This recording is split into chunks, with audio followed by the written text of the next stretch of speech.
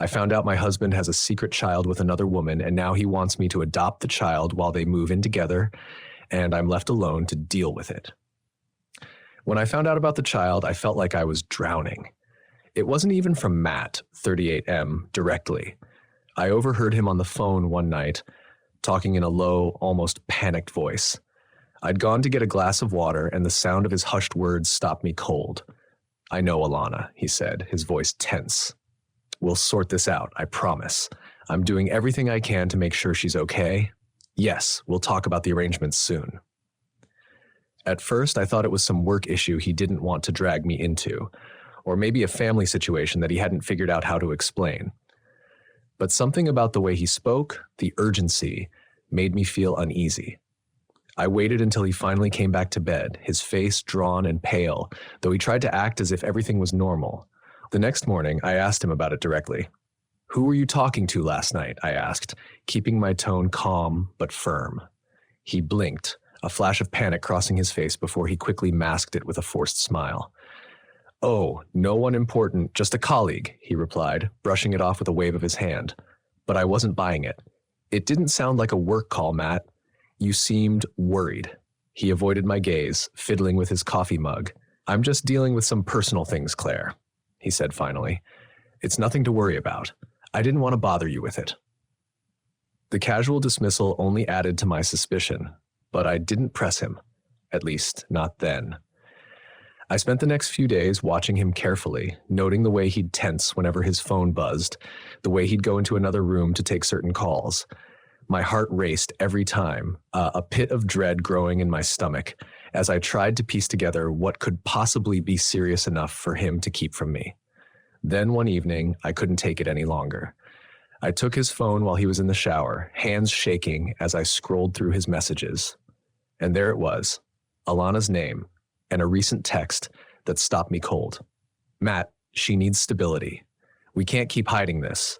If we're going to give her a real family, we need to make a plan. This isn't fair to her or to Claire." My heart hammered as I read the words over and over, the implications slamming into me like a freight train. Stability, a real family, and then that name. Her, a child that I knew nothing about, a child he'd kept hidden from me. I felt like the floor was falling out from under me as the realization sank in. Matt had a child with another woman, and he'd been hiding it from me all this time. I waited until he came out of the bathroom, and my chest tight as I held up his phone, the message still on the screen. "You need to tell me what this means. Now." The color drained from his face as he stared at the phone, his mouth opening and closing as he struggled to find words. But there was no excuse he could offer to make this right.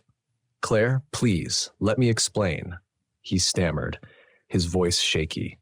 "I'm listening," I said, trying to keep my tone steady even though I could feel the rage boiling beneath the surface. He took a deep breath, looking down at his hands. "There's no easy way to say this," he began, his voice barely a whisper. "But yes, I have a child, a little girl. Her name is Lily." I felt like I'd been punched in the gut. "How long, Matt? How long have you kept this from me?" "She's 6, he admitted, his voice barely above a whisper. "I met Alana before we even met, but I didn't know about Lily until a year ago. Alana reached out, told me she needed help, and I didn't know what to do. I didn't want to hurt you, so I thought I could keep it separate." A year. He'd known about this child for an entire year and had chosen to hide it from me. Every lie he'd told, every half-truth flashed before me, unraveling everything I thought I knew about our life together. "You didn't want to hurt me?" I repeated, my voice filled with disbelief. "So you lied, kept this from me, and let it fester until... What? You thought it would just go away?" He rubbed his face, looking exhausted. "I know I messed up, Claire, but I'm telling you now because things have changed. Alana wants to move, to give Lily a stable family life. She thinks it would be best for Lily if she had both of us in her life, as her parents." "Her parents?" I echoed, the words tasting bitter on my tongue. "So you're just... what? Planning to walk away from us, from me, to play house with her?" He shook his head, his face filled with desperation. "No, Claire, I love you. I want to be with you. But Alana believes that Lily needs a family, and she wants me to be part of it." I took a step back, feeling the walls close in around me. "What exactly are you saying, Matt? That you want me to step aside so you can go live with them?" No, he said quickly. I want you to adopt her, Claire. I want her to be part of our family. I know this isn't what we planned, but we could make this work. The shock of his words left me reeling. He wanted me to adopt this child, a child he'd hidden from me for a year, a child he'd created with another woman. And now, without any warning, he was asking me to open my heart to her, to take on the role of her mother, while he continued whatever arrangement he had in mind with Alana. Matt, are you hearing yourself? I asked, my voice cracking. You're asking me to adopt this child you've kept secret while you move in with her mother? And where does that leave me? He looked away, unable to meet my eyes. Claire, I know it's not what you wanted, but Lily's innocent in all this, and she needs us. I thought maybe if you could open your heart to her, we could all find a way to make it work. I shook my head, a bitter laugh escaping my lips. And where do I fit into this so-called family you're envisioning, Matt? As some kind of caretaker for the child you had with another woman while you two play happy family? He stepped closer, reaching out to me, his expression pleading. I know it's a lot, but please, think about it. I don't want to lose you, Claire. I thought maybe this could be a new beginning, a way to build a family together. I backed away, crossing my arms over my chest. A new beginning? After lying to me for a year? This isn't a family, Matt. It's a betrayal. For the first time, I saw a flicker of anger in his eyes. I was trying to protect you, Claire. It's not easy for me either. I'm doing the best I can with a difficult situation. Oh, so it's my fault now? I shot back, my voice trembling with rage. Because I didn't sign up to raise your child with another woman? Because I didn't plan on playing second fiddle in my own marriage? He sighed, his shoulders slumping. I'm not saying it's your fault. I don't know what else to do. Well, maybe you should have thought of that a year ago, I replied coldly, instead of hiding it, instead of pretending like everything was fine. The silence between us was thick, suffocating. I could feel the walls of our home closing in, the life we'd built collapsing under the weight of his lies. Claire, please, he whispered, his voice desperate. I need you. Lily needs you. I know this isn't fair, but I need time. I cut him off, my voice wavering. I can't think about this right now. Without waiting for his response, I turned and left the room, my heart pounding as I tried to process everything. Matt had shattered my trust, broken the foundation of our marriage, and now he was asking me to take on a responsibility I'd never signed up for. As I lay awake that night, the full weight of his betrayal settled over me. He'd made his choices, and now he was expecting me to bear the consequences. But I wasn't sure if I could forgive him, let alone open my heart to a child who represented everything he'd kept hidden. And for the first time, I found myself questioning if our marriage was something I should save. The next few days, I walked around in a daze, unable to shake the shock. Matt tried to give me space, but the tension between us was suffocating. Each morning, he'd linger, looking for a moment to talk, his desperation barely contained, and every time I saw him, I was hit with the reality that this was my life now. My husband, a child he'd kept secret, and a woman I didn't even know forcing her way into the middle of it all. On the third morning, Matt intercepted me just as I was heading out for work. His face was drawn, and he looked exhausted. Claire, he began, almost pleading. I know you're hurt, but please, can we talk? I sighed, setting my bag down, reluctantly meeting his gaze. Fine. Talk. But I don't know what you think you're going to say to make this okay. He rubbed his face, looking down. I know it sounds impossible, and I'm so sorry you found out this way. I know I've hurt you deeply, but I'm trying to figure out how to make this work. For everyone. For everyone? This isn't about everyone, Matt. This is about you keeping a massive part of your life hidden from me. And now you're just expecting me to deal with it? He took a breath, nodding slowly. Yes, I kept it from you. I thought if I could figure things out first, then maybe I could keep things normal for us. I didn't want this to destroy everything we have. So instead, you lied to me for a year. And now, after all this time, you want me to step up as this child's mother while you try to balance your life with both me and Alana? His face twisted in frustration. No, that's not what I want. I want Lily to have a stable life with us. I want her to feel like she has a family. Alana agrees that she should live here with us. I could hardly believe what I was hearing. So you and Alana made this decision for me. You talked behind my back, made plans for my life, and now I'm just supposed to fall in line? Claire, please, he said softly, his voice breaking. I didn't know how else to handle this. I don't want to lose you. I love you. And I'm asking you, begging you, to consider this for Lily's sake. She deserves a chance at stability, at a real family. Hearing him say her name, Lily, brought everything crashing down again. This wasn't just about him and me anymore. It was about a child caught in the middle of a situation she had no control over. And as much as I resented how this had unfolded, I couldn't deny that she was innocent in all of it. What exactly are you asking of me, Matt? I asked, my voice soft but firm. Am I supposed to step in as her mother and raise her while you juggle your relationship with Alana? He took a step back, clearly conflicted.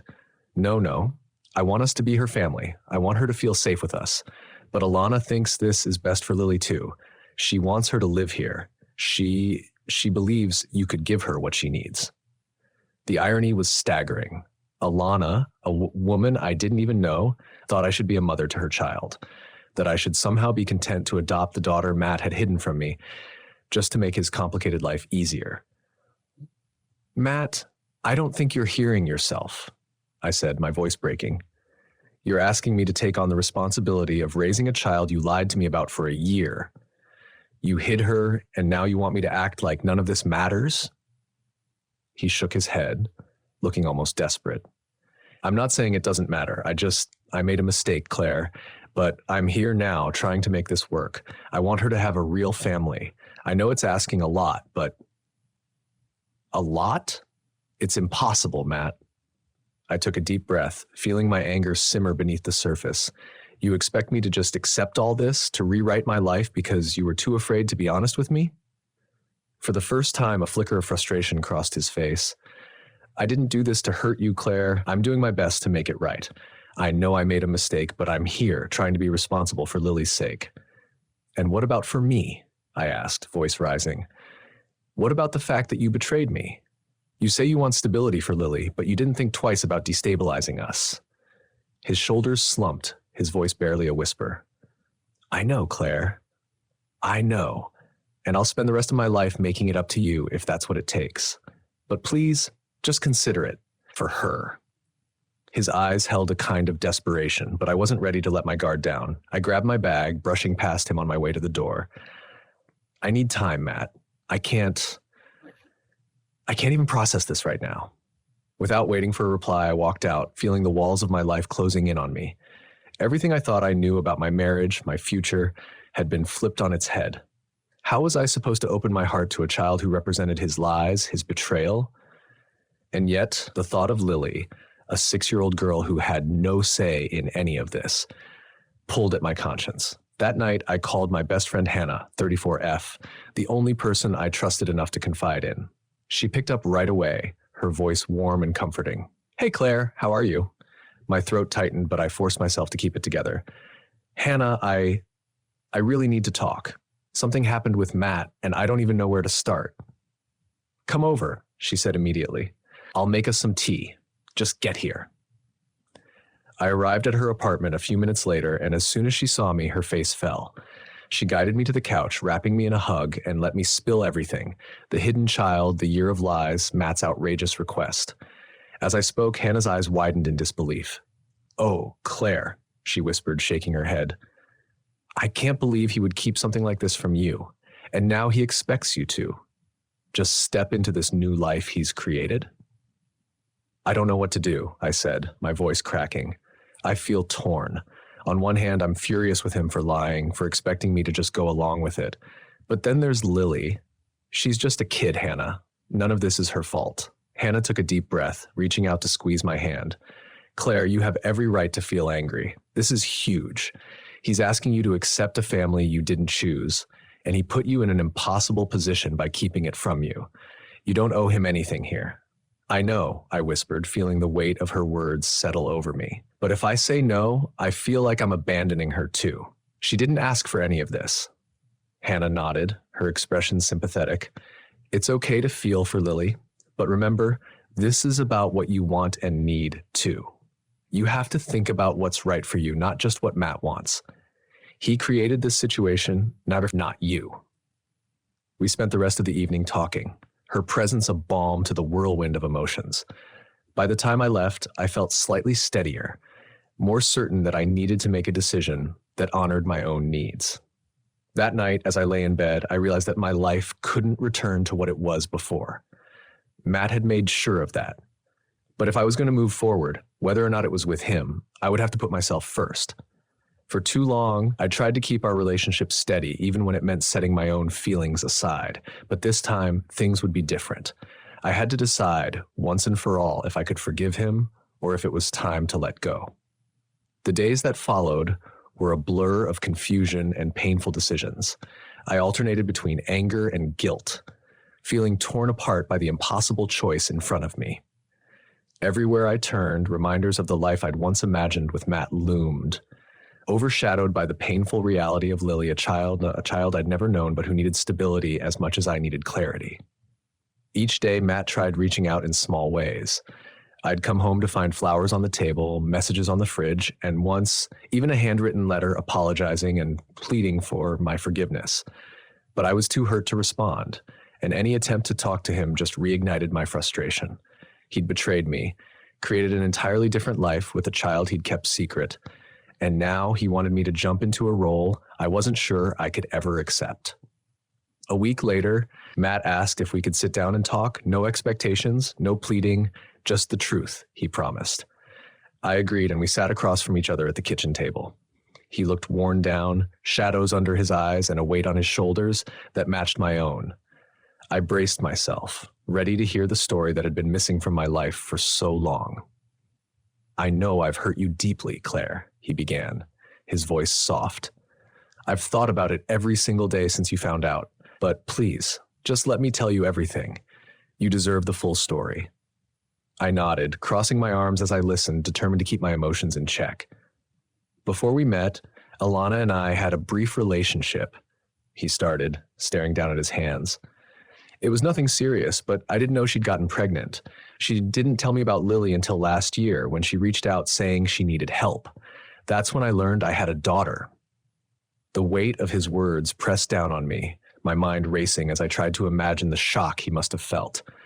But still, the lie, the hiding, the choice to keep it from me burned in my chest. "And you didn't think to tell me right away?" I asked, struggling to keep my voice calm. "You thought hiding this from me was the best choice?" He took a deep breath, his eyes pleading. "I didn't know what to do, Claire. I was terrified of losing you. I thought if I could just help from a distance, keep things separate, maybe it wouldn't disrupt our life. I kept telling myself it was temporary, that I'd tell you once I'd figured it out. But here we are, a year later, and you've done anything but keep it separate." I shot back, unable to hide the bitterness. "Now you're telling me to adopt her and play this role, all because you're finally ready for me to know?" He flinched, his face filled with regret. "I know I was wrong, Claire, but I thought about Lily too. She's my daughter, and she deserves a family. Alana and we agreed that she'd be better off with stability, a home that you and I could give her together." His words stung, but they also pulled at my heart. I could understand, even sympathize with wanting stability for Lily. She was innocent in all this, caught in the middle of a situation she'd never asked for. And as hurt as I was, I could feel the pull to do right by her, to somehow rise above my own pain for the sake of a little girl who deserved love and security. "Do you even understand what you're asking of me, Matt?" I said finally, my voice soft but trembling. "You've made decision after decision without me. You've chosen when to lie, when to keep me in the dark, and now you're expecting me to just step into this role because it's convenient for you." "You." He closed his eyes, nodding. "I know, and I don't have any right to ask you to forgive me, but I am asking because I love you, and because I believe you're the only person who could give Lily the family she deserves. I know it's unfair, but I don't know how to fix this without you." For the first time, I saw the vulnerability behind his guilt. He was genuinely desperate to make things right, but I knew that even his remorse couldn't erase the pain he'd caused.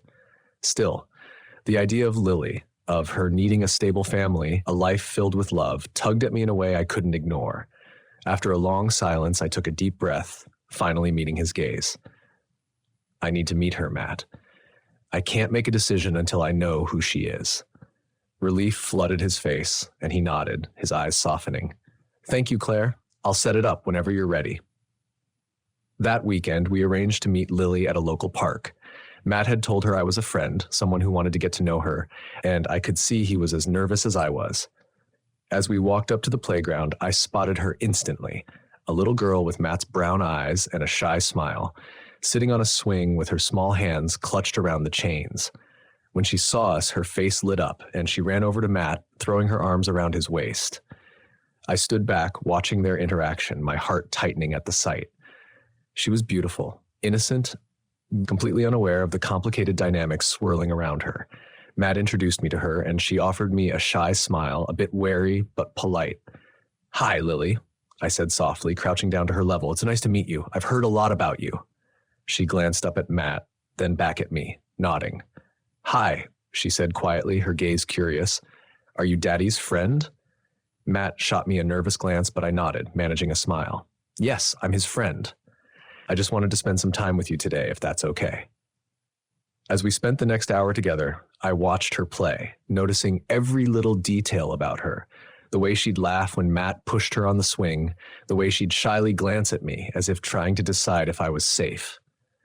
She was cautious but sweet, and I found myself softening to her, despite the pain in my heart.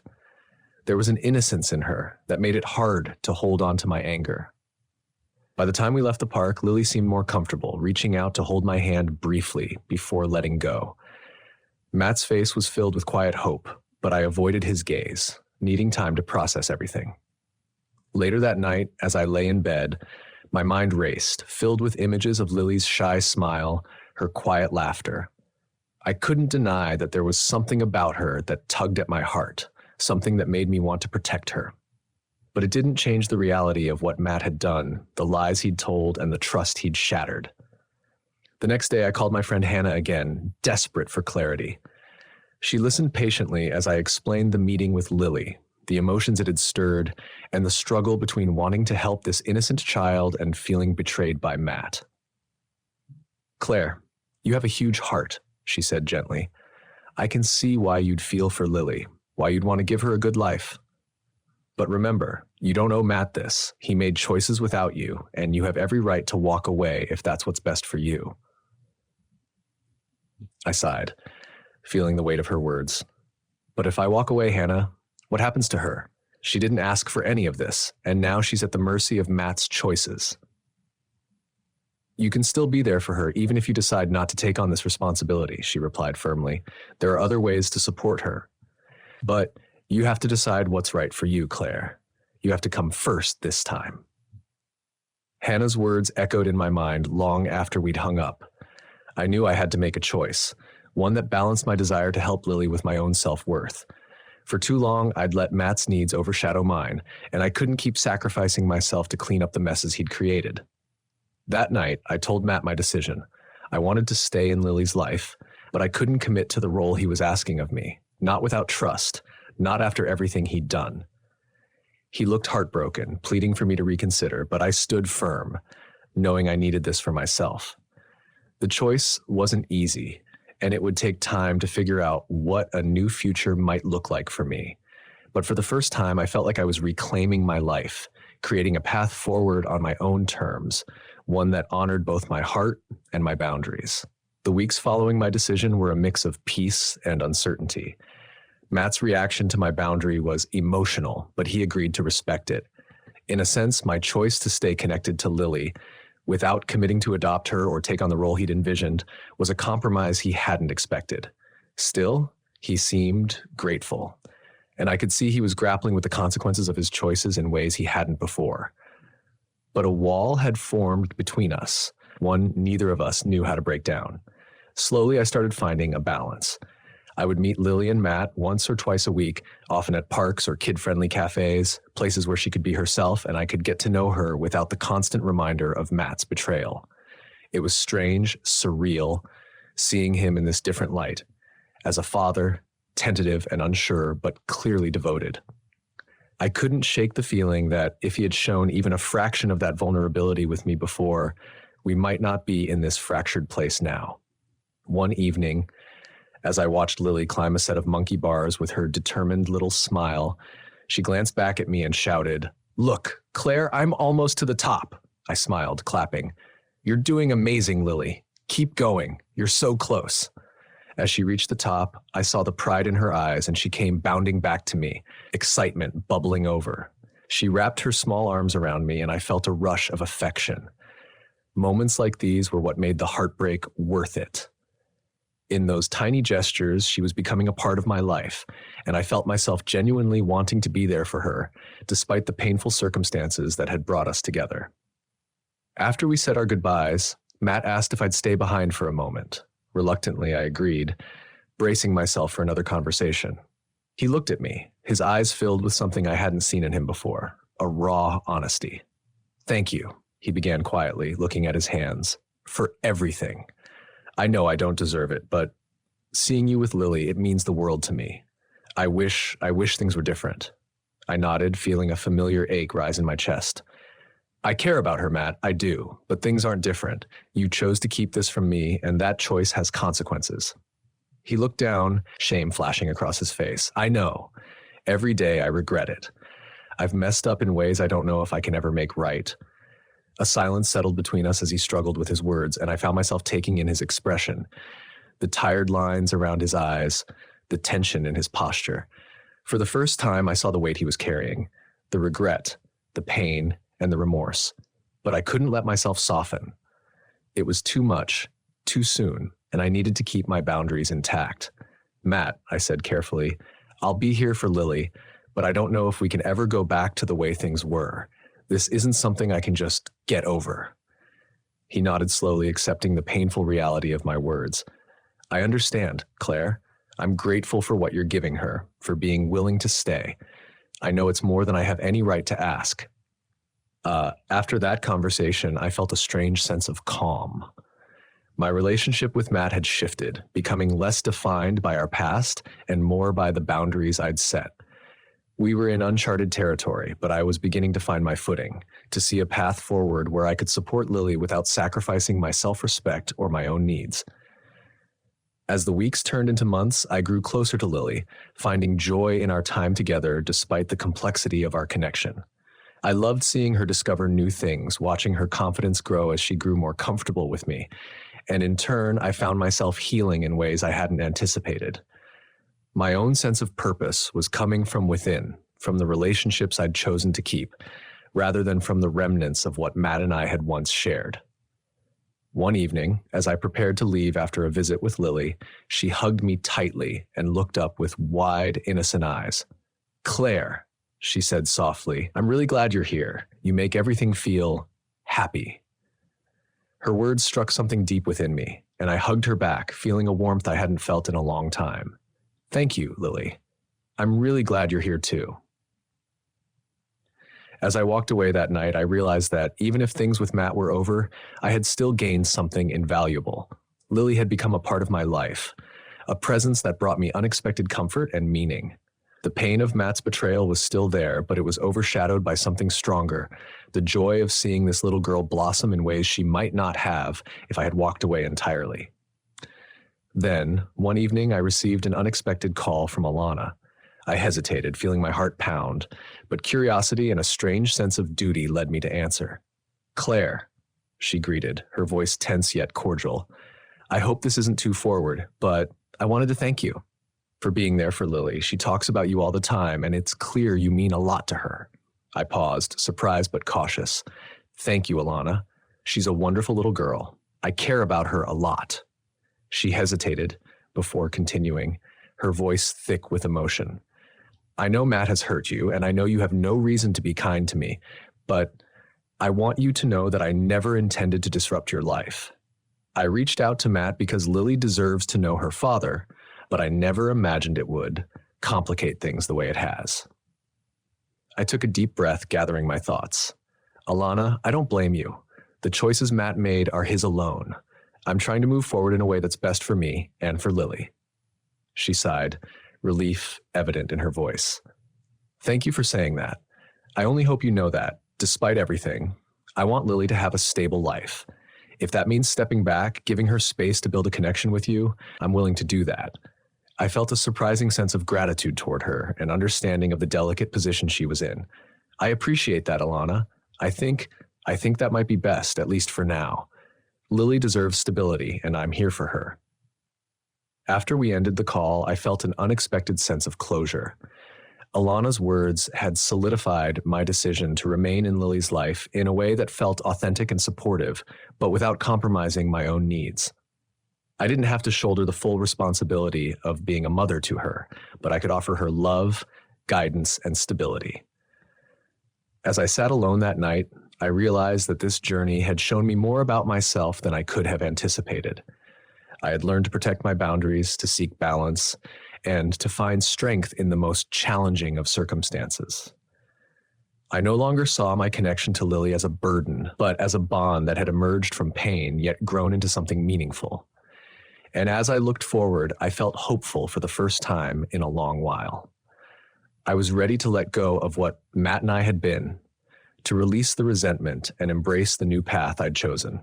Whatever the future held, I knew I'd face it with resilience and compassion for myself and for Lily. In the months that followed, I began settling into this new chapter of my life, one that didn't look anything like what I'd imagined. My relationship with Matt had shifted from romantic to something that felt like a distant partnership bound only by Lily's presence. I still cared about him in a complicated way, but it was clear that any love I'd felt had morphed into something more distant, a shadow of what we'd once had. Lily, however, became an irreplaceable part of my life. Our connection deepened as we spent more time together, and each moment I shared with her filled me with a kind of quiet joy I hadn't anticipated. We would meet for movie nights, ice cream dates, and afternoon outings, and each time she seemed to grow more confident, more assured in the fact that I was a part of her life. One sunny afternoon, as we were lying on a blanket in the park, she looked up at me with her big, curious eyes. "Claire, are you my family?" she asked, her voice soft but direct. Her question hit me with a force I hadn't expected. I took a moment, steadying myself before I replied. "Yes, Lily," I said gently. "I think we are a kind of family, aren't we?" She nodded, her face breaking into a small smile. "I'm glad. I like being with you." I smiled back, feeling my heart swell with an unexpected sense of fulfillment.